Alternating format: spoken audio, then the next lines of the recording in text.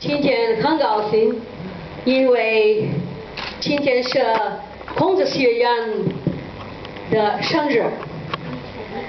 Dragi prijatelji, danes, ko smo sicer mnogo srečni, bi rekli, danes je roden dan na Institutu Konfucij. 祝孔子学院4岁的生日，čestitim 4. rođendan na Institutu Konfucij.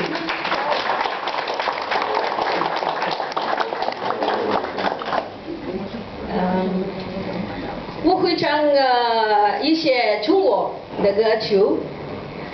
今天为你们读我最喜欢的歌曲，太有名的歌曲《茉莉花》。